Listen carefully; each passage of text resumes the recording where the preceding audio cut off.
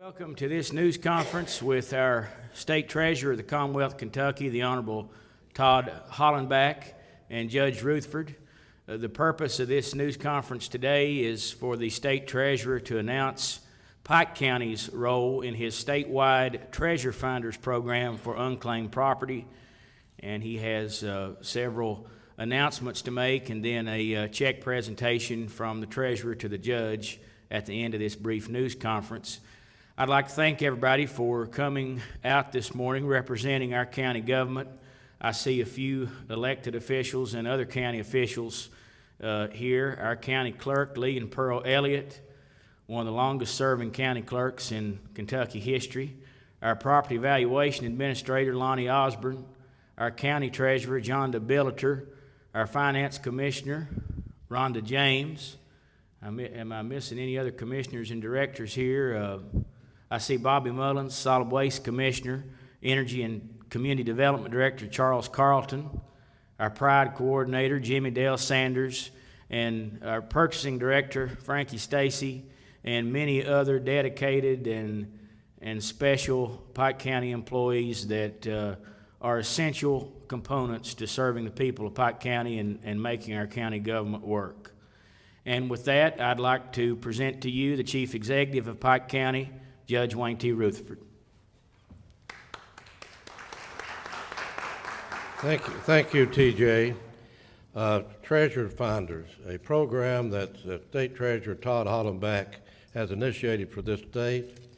And folks, in this county, there are 22,000 plus Pike County that has money that this treasurer and his staff is trying to give back to them. That is money, he's going to explain to you where the money came from. Plenty different sources under the Kentucky statute. So this program is one, and we appreciate that the state treasurer partnered with Pike County government, with the clerk's office, with the judge's office, with all these other offices, as we work to get back to this county. Folks, I think it's $33 million, or more than that, he'll tell you. But in this county, almost $2.5 million that belongs to, let me say this. He came up for a meeting with us and with my staff and Jeannie and Judge Hayes and others. And I said, Jeannie, call upstairs and tell Rhonda James to come down here. So she came down, introduced her to the state treasurer, and she got the .com, went back upstairs. Folks, Pike County government had 8 checks down there. And we got a check already for $6,000 plus from this treasurer's finding. TJ Littifick walked through. He knows the state treasurer, shook hands with him. What are you doing up here today? And he said, told him a little bit about treasurer's finders. TJ went back to his computer, pulled it up, found a check that belonged to his dad. So I want to say to you people here today, you're the core of volunteers that's going to be in this courtroom.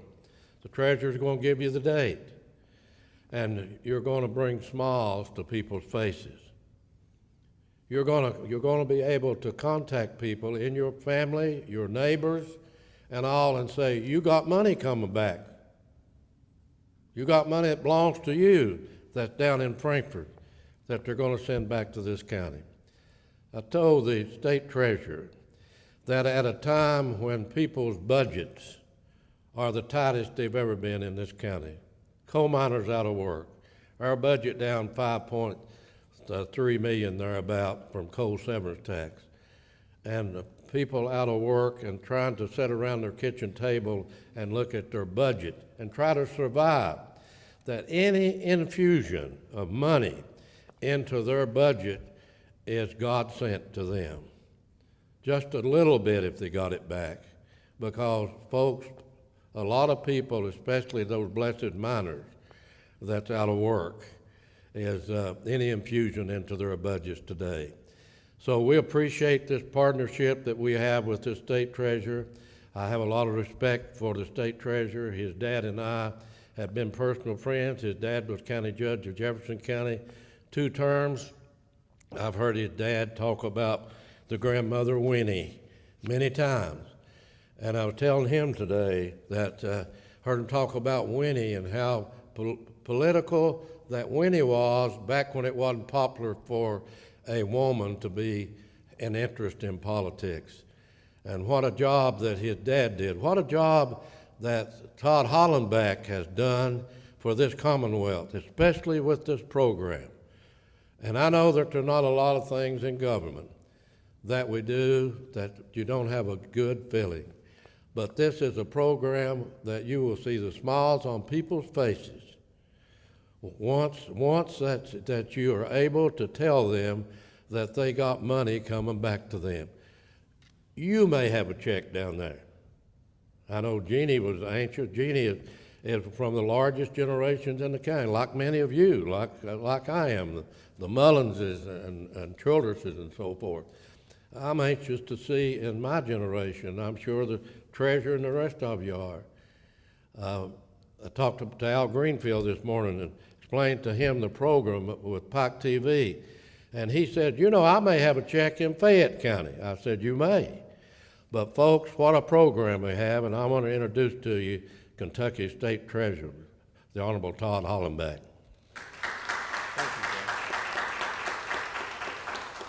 Thank you, and thanks everybody for coming out. I see a lot of familiar faces here today. I have the pleasure today of announcing that we are bringing our Treasure Finders program to Pike County on September 26th from the hours of 10 until 2, right here in the fiscal courtroom in the old courthouse. And what we're going to be doing is setting up a phone bank. Now let me tell you a little bit about Treasure Finders. Treasure Finders is our proactive outreach to try to reunite people with our lost money. We at Treasury serve as the receptacle of all property throughout the Commonwealth that is deemed to have been abandoned. How does this happen? How do people abandon their money? Well, if you have property that you lose track of, and the holder of the property, be it a bank or an insurance company or whatever it might be, is unable to find you, after a set period of years, by statute, that property is considered to have been abandoned, at which point it is cheated to the state, and we collect it. And we're talking about a whole lot of money that we collect every year. We have approximately $400 million on account in the state treasury, statewide, of abandoned property. Now, some of this goes back to the 1920s and 30s and will never be returned. But the good news is we've identified $2.5 million that belongs to the people of Pike County, people whose last known address was right here within the borders of your county, have $2.5 million right now in the state treasury that belong to them. And the purpose of Treasure Finders is to get it back into their hands. Now, how do we do this? On September 26th, we're going to gather here with a group of volunteers. We're still looking for any good volunteers that might have a little bit of time that they can spare. We print off lists of claimants whose last known address was within the borders of this county. We bring those lists in, we pair them up with phone books. We have the volunteers sit down probably right around these tables and perhaps up here where the fiscal court meets and pore over those lists looking for names that they recognize or people they know they might be able to reach. When they find those names, if they have their number, great. If they don't, they use the phone book. We reach out to them.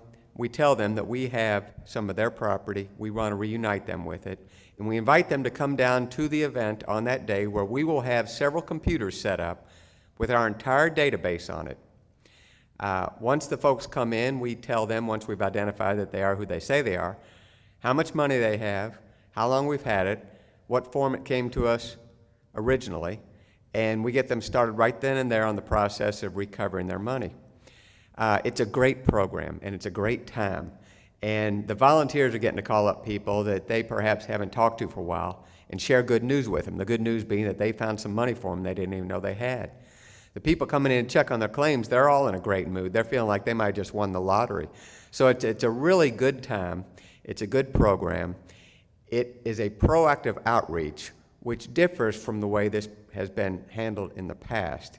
Historically at Treasury, what would happen is we would print a list in all the major papers throughout the Commonwealth of claimants who had property they could claim. We'd set up a booth at the state fair, but essentially we would leave it to you to find out if your name was on there, and then leave it to you to initiate the process of recovering your money. When I first came into office back in January 2008, times were really, really tight. You all might remember that the real estate bubble had just burst. The economy was just starting to go over the cliff. There was no new money for any new programs in Frankfort, so we decided that we should look toward volunteers. And Kentucky is blessed with an abundance of people who are willing to roll up their sleeves and devote a few hours of their day to helping to make the lives of their community and their neighbors better. And that's what this is all about. It's just affording an opportunity to local residents to come in here and help find properties for their community and get them back into the hands of the people to whom they belong. $2.5 million is a lot of money. This is a priority county for us. This is a county on the move. When I came into town today, I was really impressed with all the construction and everything going on, a lot of activity, which sets Pike County apart from a lot of places in this Commonwealth. But I know that East Kentucky has not been immune to the ravages of the economy. Times are tight, people are pinching pennies, trying to stretch dollars further than they can, and there's nothing that makes people feel better than finding out that they've got some money that they lost track of long ago. Now, using volunteers does a couple things for us. Number one, if your local bank or local insurance company couldn't find you, as you might imagine, sitting in Frankfort with my limited staff, it's very difficult for us to be able to find people who've lost track of their money. But when we come into a community and take advantage of the local resources and the local knowledge of volunteers within that community, it increases the positive hits we get tenfold. And we've got numbers to back it up. When I came into office, the previous record set by any treasurer in the Commonwealth of Kentucky for returning money to the people of this Commonwealth through the Unclaimed Property Program was set by my predecessor, who did a really nice job and returned $48.5 million during his 8 years in office. I decided I wanted to set an ambitious goal of trying to return $100 million to the people of this Commonwealth.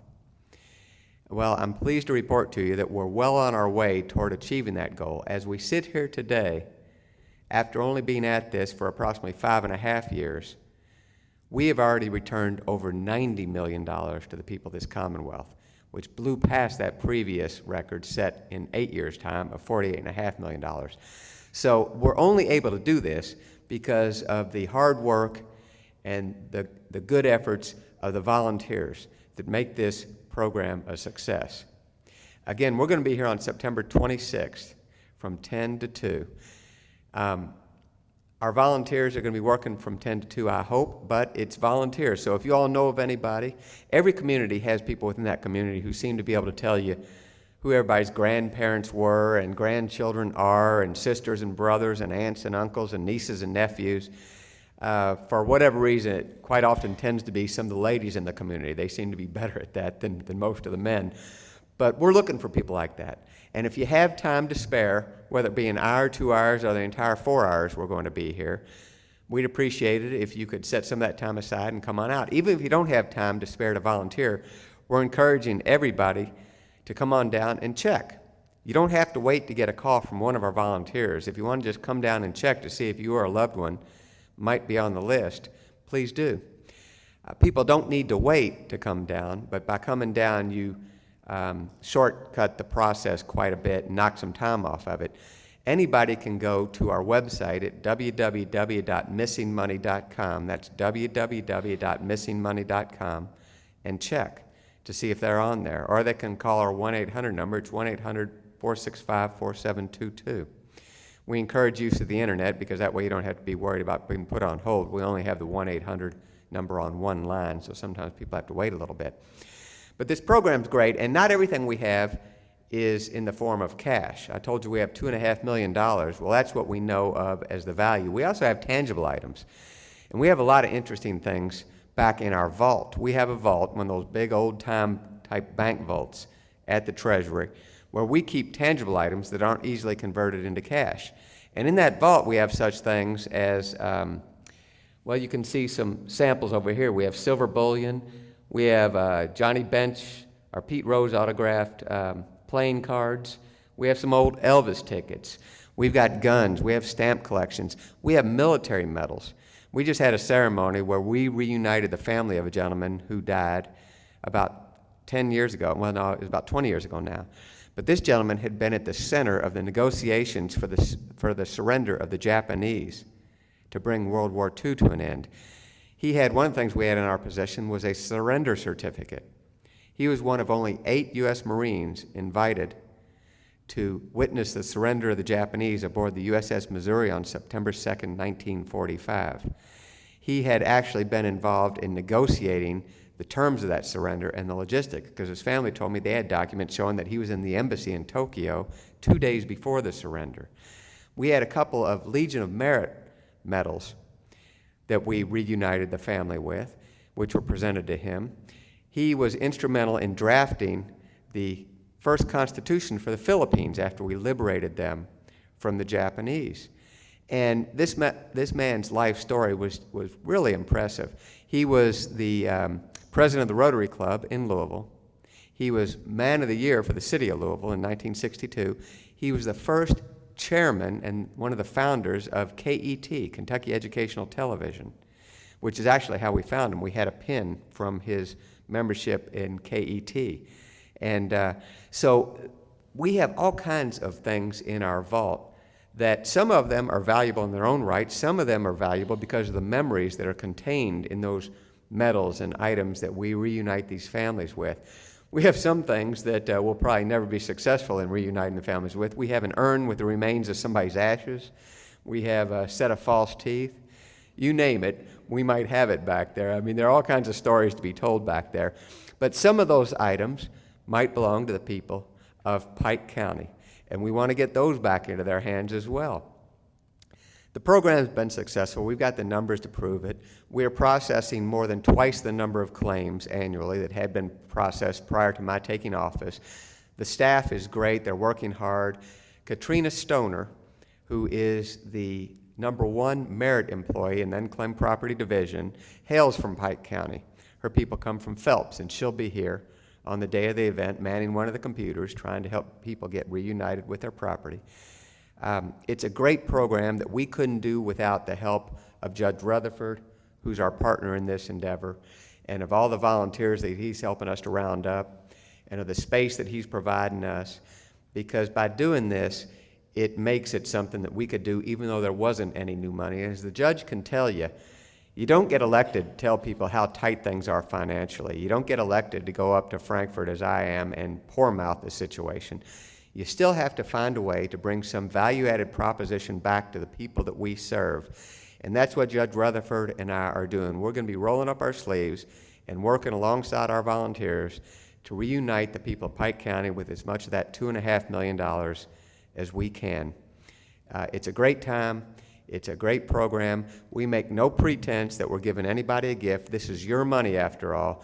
A lot of the people that come in and find out how much money they have that same feeling that you all might have experienced in your lives when you've pulled a pair of jeans out of the dryer, stuck your hand in the pocket, and realized there was a wadded up $20 bill in there.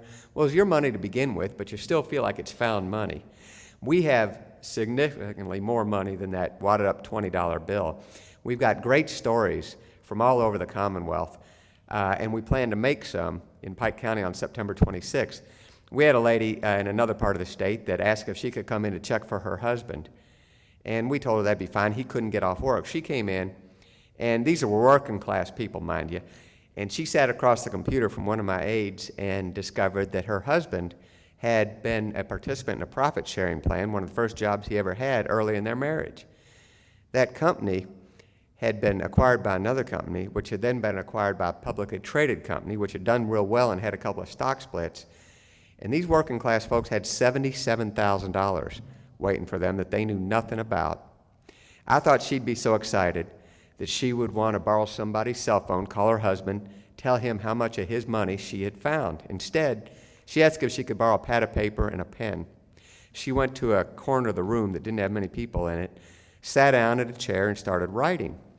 After about 20 minutes, curiosity got the best of me, so I wandered back to see what she was doing, and it was really cute. She was putting together a honey-do list. She wanted every nickel spent before she called her husband to tell him that he had a $77,000 profit-sharing plan waiting for him. We had another lady up here in Ashland who, she was working in the fast food industry to put her 2 daughters through school. She wanted to make sure that they had a better life, and she had a good life, but she wanted to do everything she could, like every good parent does, to better the lives of her children. And she had $14,000. She was working this fast food job because she was trying to pay for a college education for 2 daughters. $14,000 was a game changer for her. She was jumping for joy. And we've got stories like that. Everywhere we go, we make new stories like that. And I think we're going to find some right here in Pike County that will be worth repeating as well. But it doesn't matter how much it is. It's your money. It's not our money. As badly as Frankfort needs the money right now, Judge Rutherford and I realize that it's not the government's money. It's your money, and we want to get it back to you. But we don't come in and act like we're giving you a gift. It is your money. You know, sometimes government's accused of having a big ribbon cutting and acting like we just gave you something and then moving on. Well, it was your money to begin with because the only money government has comes through your tax dollars. But we don't make any such pretense. This is your money. We want to get it back in your hands. This program has been incredibly successful, but it can only be as successful as the volunteers help us to make it. So for everything that you all are going to do and for spreading the word, and by the way, the benefits to a community continue to reverberate for a long time because all the people that we will call with our volunteers will be talking to their friends and neighbors about it. And then their friends and neighbors are going to be thinking, well, maybe I ought to check. I didn't get a call. So they'll be going online or calling our 1-800 number and find out that they or a loved one have money. When these people that are getting called by volunteers finally get their checks, well, then they start talking about it more. So for 9 or 10 months after we're here, there will still be money coming into the community from that program through the word of mouth once people begin to believe that it's legitimate. And one of the nice things that having volunteers does is it makes people believe it's legitimate. We live in an age of great cynicism, folks, and when folks get a call from somebody identifying themselves as a Treasury official, telling them that they have money they didn't even know they had, red flags go up. People get a little bit curious, thinking, well, good Lord, what happened? Did I forget to pay my taxes? Is there going to be a sheriff's deputy waiting down there for me? But by utilizing local resources, local volunteers, people are getting calls from people they know, either from church or from the PTA or from seeing each other in the grocery store.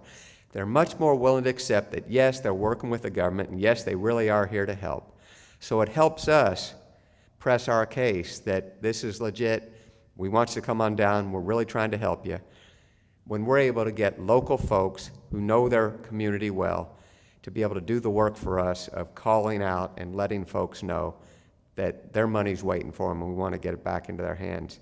I will tell you, even with that, sometimes we have people that are cynical. The biggest claim in my tenure that we've had belonged to a gentleman in the central part of the state whose family's been in banking for a number of years, and it was hundreds of thousands of dollars. And we couldn't get this guy to come in and fill out his paperwork. No matter what we did, we couldn't get him to come in. I don't know if it's because he was skeptical, cynical, or perhaps he just didn't need the money. So finally what we did is we found out who his pastor was at his church. We got a hold of him. He told us about a son this gentleman had living in Lexington. We called the son figuring that one day he might want to inherit that money. And within days, son had father in the office filling out the paperwork so we could get it back to him. So in any event, it's a great program. I thank you for everything you're going to do. I want to open it up for any questions if there are any. I won't be upset if there aren't any, but if there are, I'm happy to answer them now, whether they be personal, political, dealing with the program. It doesn't matter.